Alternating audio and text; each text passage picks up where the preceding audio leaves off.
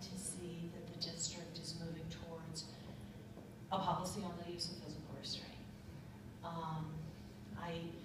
I am on the board in CPAC and talked to some of the other folks on the board leadership, and I'm going to read something that Amina Magali wrote, because she couldn't be here, but then I have some of my own quick comments to make. She says, I believe it is a good idea, to have staff trained in physical restraint. In some special ed schools, all staff are trained.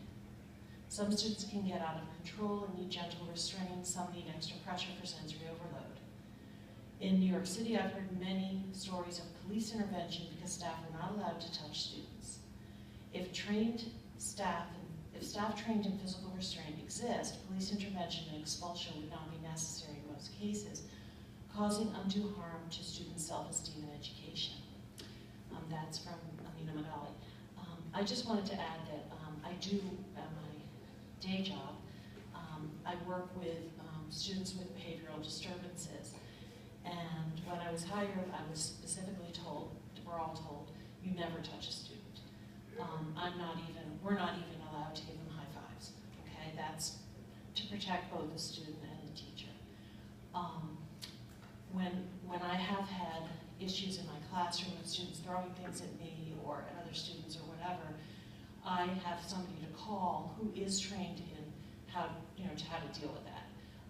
I absolutely, as a teacher, would have no idea how to properly physically restrain a student. I have no training. So the policy is a good one in that it requires, I read the whole thing and I thought it was really a sound policy. My one concern is that when I mentioned it to other parents in the community, they said, oh, a policy on physical restraint, this is terrible, what's going on? So I think that for those of us who aren't in the public schools or working with children who have some behavioral issues, it might sound like, super harsh or whatever. And so my suggestion would be perhaps for Mr. Soto or somebody else to consider speaking with parents groups. People are going to be concerned. They may have a concern that I didn't notice, that you didn't notice, or just to allay concerns. So, but overall, I was happy to see you put it through first reading. I think we do need, both for the protection of students and for the protection of the staff. I actually know of a person in another part of the state who was fired as a special education teacher because he attempted to break up a fight between students, and DIFAS got involved, and so we really need to make sure we're following the proper protocols. We want to protect the kids and we want to protect the district.